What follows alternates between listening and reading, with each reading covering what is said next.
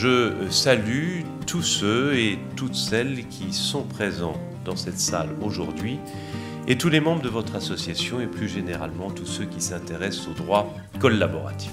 Je voudrais dire que notre bâtonnier, déjà lorsqu'il était dans le Dauphinat, mais encore maintenant, a soutenu de toute son âme, de tout son courage et son innovation le droit collaboratif, en écrivant encore récemment dans Les Échos que l'avocat du XXIe siècle, c'était un avocat collaboratif. Merci à ce courage, merci à ce soutien sans faille et surtout ce grand esprit visionnaire qui nous a permis d'avancer aussi rapidement et avec tant de beauté. Sur ce que j'ai vu ce matin, c'est peut-être pas forcément des astuces qui ont été mises en avant, mais en tout cas, c'est un état d'esprit.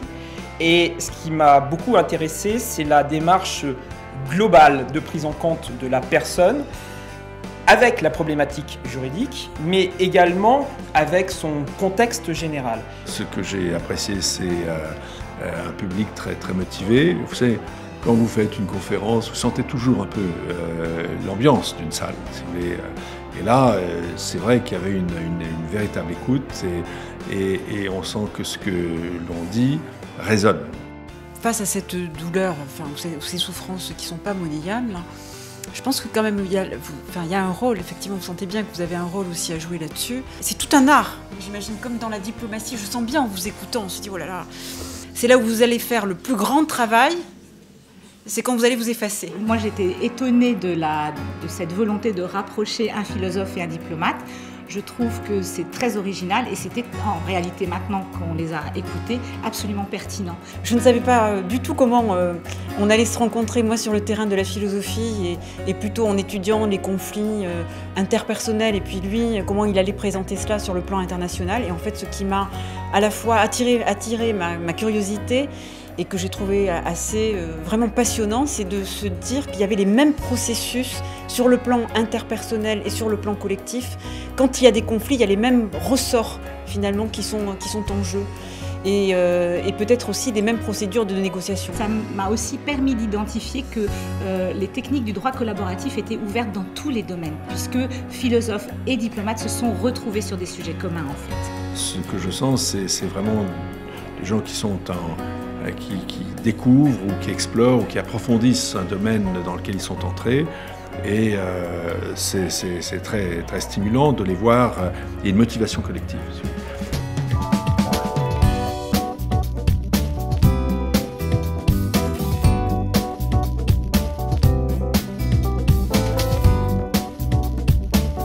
C'est une révolution dans la manière de traiter les dossiers et de traiter les conflits. Alors effectivement, en droit des affaires, on n'est pas habitué à entendre parler du droit collaboratif.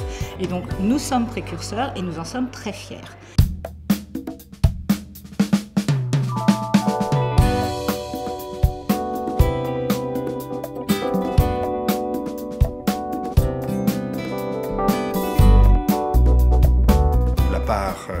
De la psychologie, de la connaissance des personnes devient fondamentale. C'est peut-être un exercice d'humanité. Si vous restez dans votre compétence de juriste, vous pouvez tout manquer et même aggraver les choses. Je crois qu'il ne faut pas renoncer à la maîtrise et à la connaissance du droit et à tout le fond d'expérience que porte la tradition juridique, mais la posture n'est pas la même que dans la résolution d'un conflit classique, enfin dans la méthode de résolution classique d'un conflit, et donc forcément ça passe par un travail sur soi. Un des rôles fondamentaux de l'avocat, c'est de se tourner vers l'avenir et d'aider nos clients à aller vers cet avenir et à construire cet avenir, et le droit collaboratif le permet.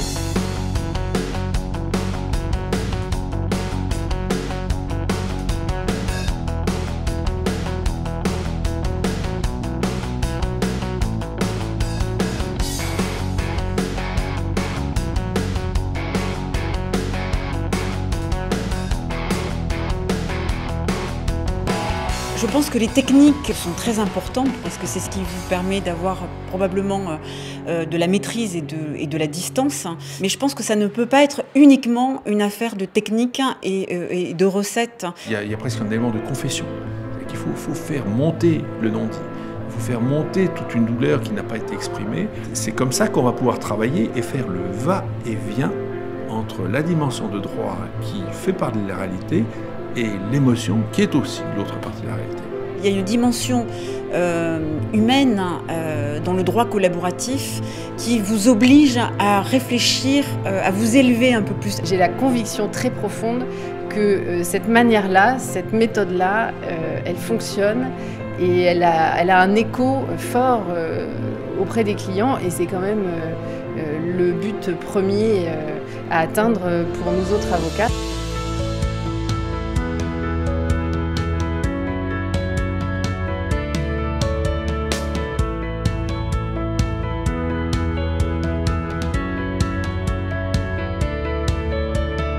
Moi, je souhaite à cette association d'abord longue vie, hein, de continuer comme ça, parce que je pense que c'est très intéressant, c'est très stimulant sur le plan intellectuel. Donc, je leur souhaite bien évidemment de continuer aussi à s'ouvrir à d'autres mondes. On le voit, il y a un notaire, il y avait un philosophe ce matin, un diplomate, et je pense que c'est comme ça qu'on peut effectivement s'enrichir et améliorer les méthodes pour résoudre les conflits. Tout ce que je peux dire à des avocats du droit collaboratif, c'est qu'un domaine considérable s'ouvre, qu'il y a très clairement, on le sent par toutes les questions et les échanges, beaucoup d'interrogations, un effet de découverte et donc...